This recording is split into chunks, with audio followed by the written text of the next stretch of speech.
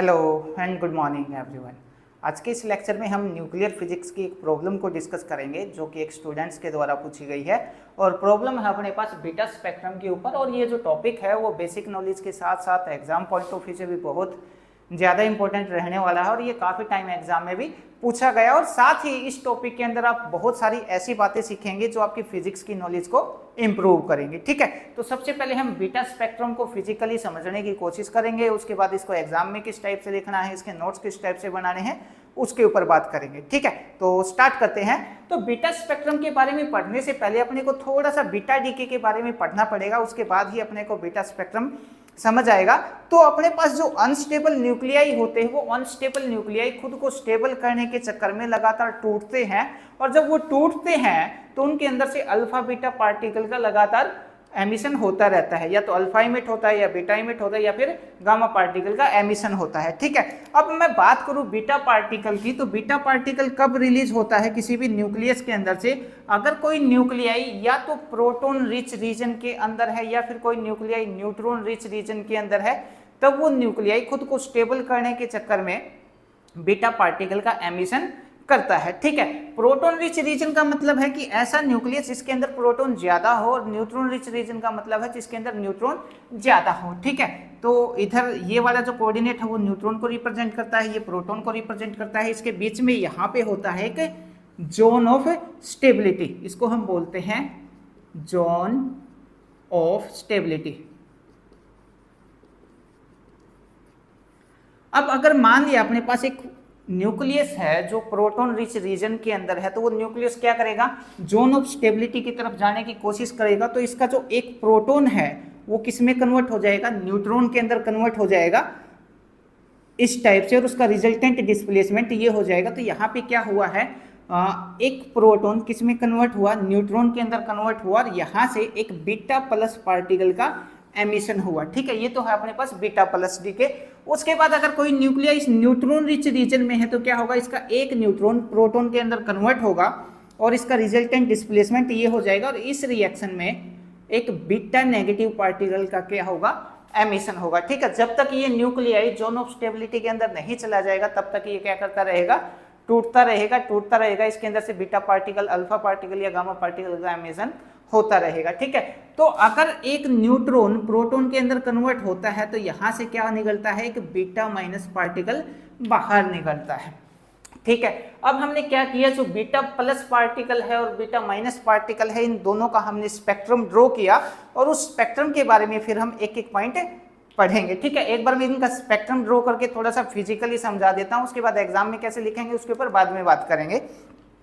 तो सबसे पहला जो स्पेक्ट्रम है वो आएगा अपने पास किसका? बीटा नेगेटिव का। तो बीटा नेगेटिव का क्या है? यहाँ पे इस ये वाला कोऑर्डिनेट बीटा नेगेटिव की एनर्जी को रिप्रेजेंट करेगा, और ये वाला जो कोऑर्डिनेट है वो number of beta negative particle को रिप्रेजेंट करेगा। ठीक है, तो बीटा नेगेटिव का जो स्पेक्ट्रम है वो किस टाइप से देखने को मिला? अपने को कुछ ऐसे देखने को मिला। ठीक है, कुछ इस टाइप से बीटा का स्पेक्ट्रम अपने को देखने को मिला, और इस पॉइंट पे सबसे ज्यादा अपने को बीटा पार्टिकल मिल रहे थे, या फिर मैं ये बोल सकता हूँ कि इस एनर्जी पे अपने को सबसे ज्यादा बीटा पार्टिकल मिल रहे थे। ये तो है बीटा नेगेटिव का। अब अगर मैं बीटा पॉजिटिव की बात करूं तो इस तरफ बीटा पॉजिटिव का एनर्जी, इस तरफ है number of beta positive particle. ठीक है, तो इसका स्पेक्ट्रम अपने को कुछ इस टाइप से मिला। ठीक है, यहाँ पे मैक्सिमम नंबर ऑफ अपने को बीटा प्लस पार्टिकल मिलेंगे। अब इन दोनों के स्पेक्ट्रम में इतना ज्यादा डिफरेंस क्यों है? ठीक है, बीटा नेगेटिव का स्पेक्ट्रम तो यहाँ से स्टार्ट हो रहा है और बीटा पॉजिटिव का स्पेक्ट्रम यहाँ से स्टार्ट हो रहा है। तो इसका रीजन क्या है? तो इसका रीजन ये है कि बीटा नेगेटिव, इसके ऊपर क्या है? नेगेटिव चार्ज है। नेगेटिव चार्ज है तो न्यूक्लियस क्या करेगा? इसको अट्रैक्ट करेगा, तो ये इस तरफ थोड़ा सा शिफ्ट हो जाएगा, इसलिए बीटा नेगेटिव का इस टाइप से अपने को स्पेक्ट्रम मिलेगा, या फिर एक्सपेरिमेंटल ग्राफ मिलेगा। अगर मैं बीटा पॉजिटिव की बात करूं तो इस पे क्या है? पॉजिटिव चार्ज है। न्यूक्लियस क्या करेगा? इसको रिपेल करेगा, तो इसका जो स्पेक्ट्रम है या फिर इसका जो एक्सपेरिमेंटल ग्राफ है वो इस टाइप से है। ठीक है, ये बीटा नेगेटिव का एक्सपेरिमेंटल ग्राफ है और ये वाला किसका, बीटा पॉजिटिव का एक्सपेरिमेंटल ग्राफ है। ठीक है, तो इन दोनों ग्राफ के अंदर जो स्पेक्ट्रम में थोड़ा थोड़ा अपने को डिफरेंस मिल रहा है वो किस लिए है, क्योंकि एक पे तो पॉजिटिव है, दूसरे पे क्या है, नेगेटिव है। पॉजिटिव वाले को न्यूक्लियस रिपेल करेगा और नेगेटिव वाले को न्यूक्लियस अट्रैक्ट करेगा, इसलिए इन दोनों के स्पेक्ट्रम में अपने को यहाँ पे डिफरेंस मिल रहा है। ठीक है, उसके बाद अपने पास जो बीटा डीके का जो ये इवेंट हो रहा है, बीटा डीके का ये वाला जो इवेंट टेक प्लेस कर रहा है, इस इवेंट के अंदर अपने पास पेरेंट न्यूक्लियाई तो एक है और डॉटर न्यूक्लियाई कितना है, 2 डॉटर न्यूक्लियाई है। तो ये अपने पास जो प्रोटॉन है ये तो क्या होगा, बहुत ज्यादा हैवी होगा, और जो बीटा नेगेटिव पार्टिकल है ये बहुत ज्यादा लाइट होगा।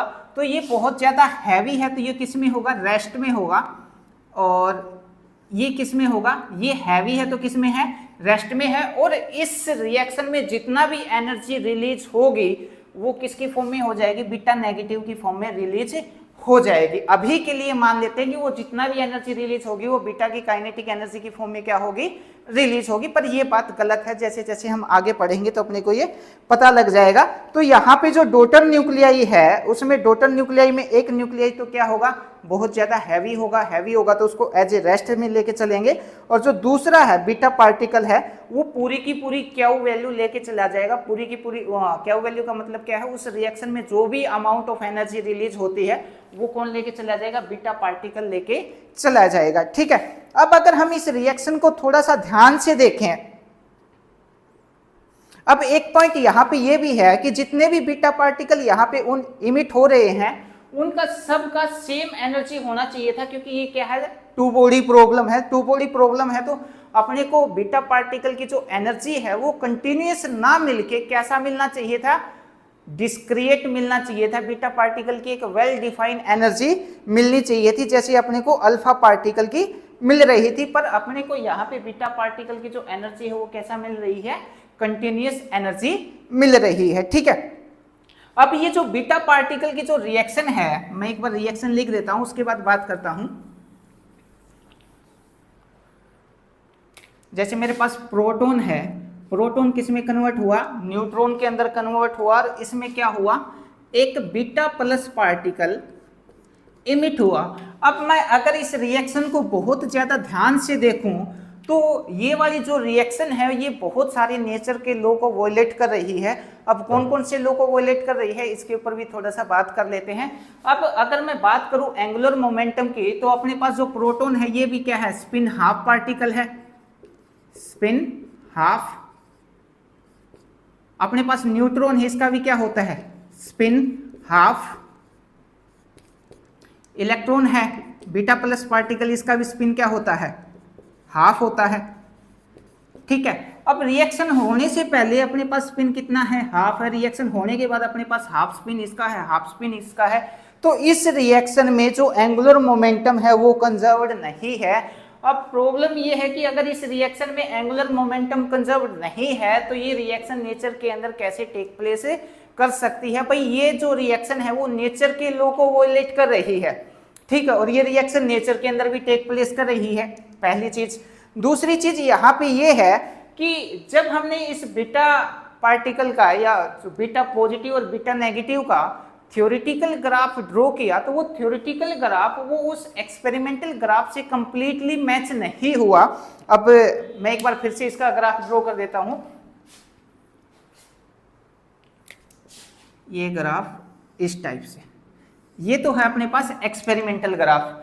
अब अगर हम इसका थ्योरेटिकल ग्राफ स्टडी करते हैं तो थ्योरेटिकल ग्राफ में क्या मिला था, यहां से ये जो एनर्जी है अगर मैं ये लेके चलता हूं, ये वाली साइड लेके चलता हूं, ये तो क्या है अपने पास एक्सपेरिमेंटल ग्राफ है।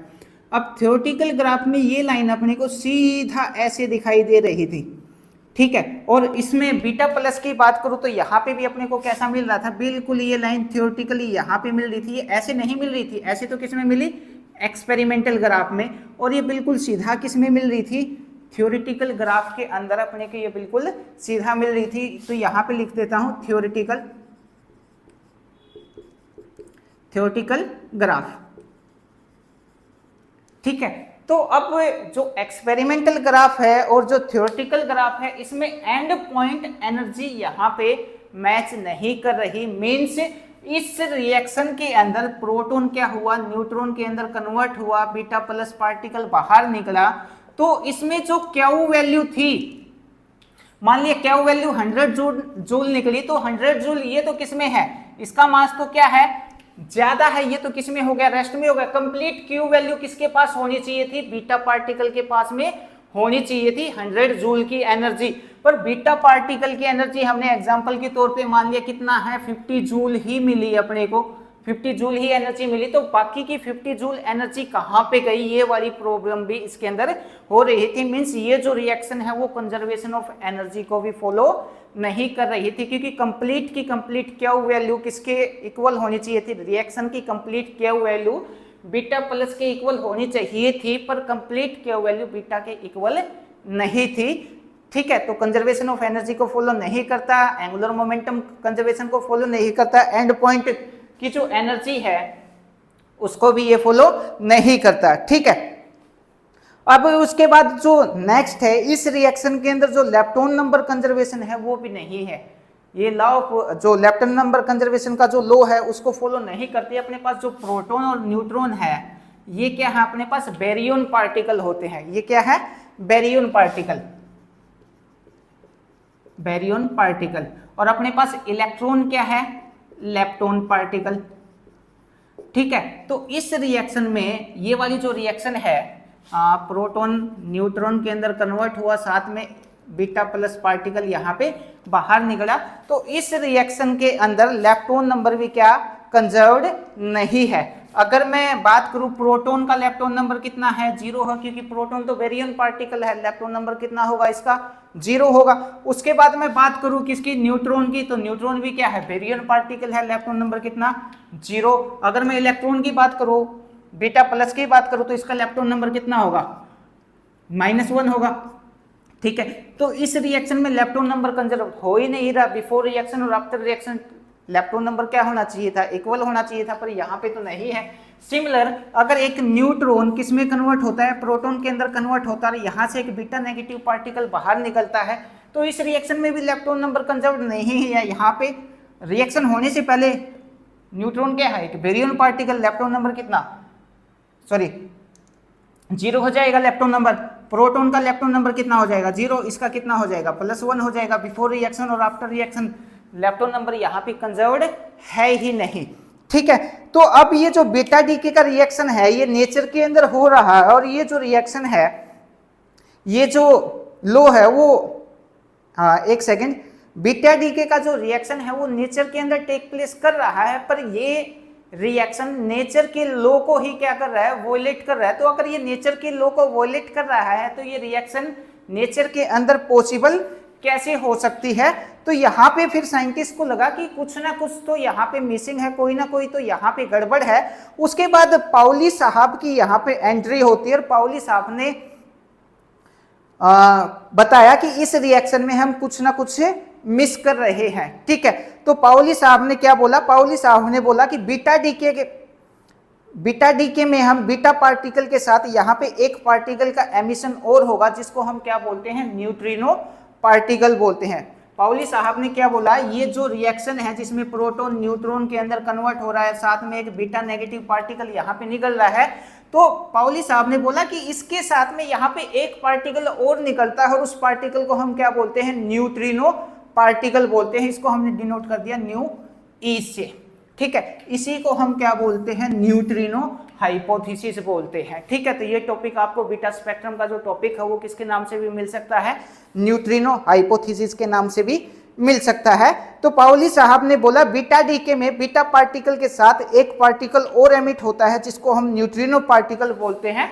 और ये जो न्यूट्रिनो पार्टिकल है ये किसका हिस्सा है, ये लेप्टोन फैमिली का हिस्सा है। इस पार्टिकल का जो मास है वो टेंस टू कितना होगा, 0 होगा। इसका स्पिन कितना होता है, हाफ स्पिन पार्टिकल है, फर्मियन पार्टिकल है। फर्मियन पार्टिकल है तो फर्मी-डिराक स्टैटिक्स को फॉलो करेगा।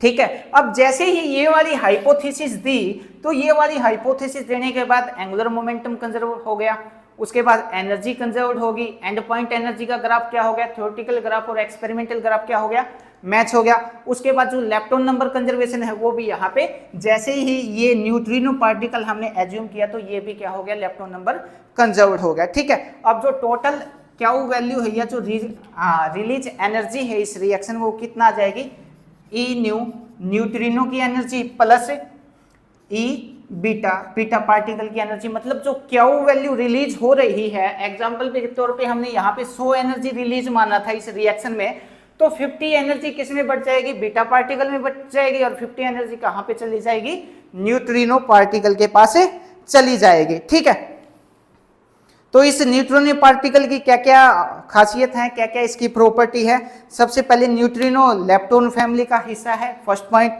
उसके बाद जो न्यूट्रिनो पार्टिकल है इसका मास टेंस टू कितना होता है, 0 होता है। स्पिन हाफ पार्टिकल है, स्पिन हाफ पार्टिकल है। और दूसरा फर्मियन पार्टिकल है, फर्मियन पार्टिकल है तो फर्मी डिराक स्टैटिक्स को फॉलो करेगा। उसके बाद जो कंप्लीट रिलीज एनर्जी है वो बीटा पार्टिकल और न्यूट्रिनो पार्टिकल के अंदर बढ़ जाएगी। अब हमने इस ये हाइपोथेसिस मानने के बाद ये law of conservation of energy को भी क्या करता है, फॉलो करने लगा। उसके बाद एंगुलर मोमेंटम भी कंजर्व हो गया। अब यहाँ पे प्रॉब्लम एक और आई, उसके बारे में थोड़ा सा बता देता हूँ।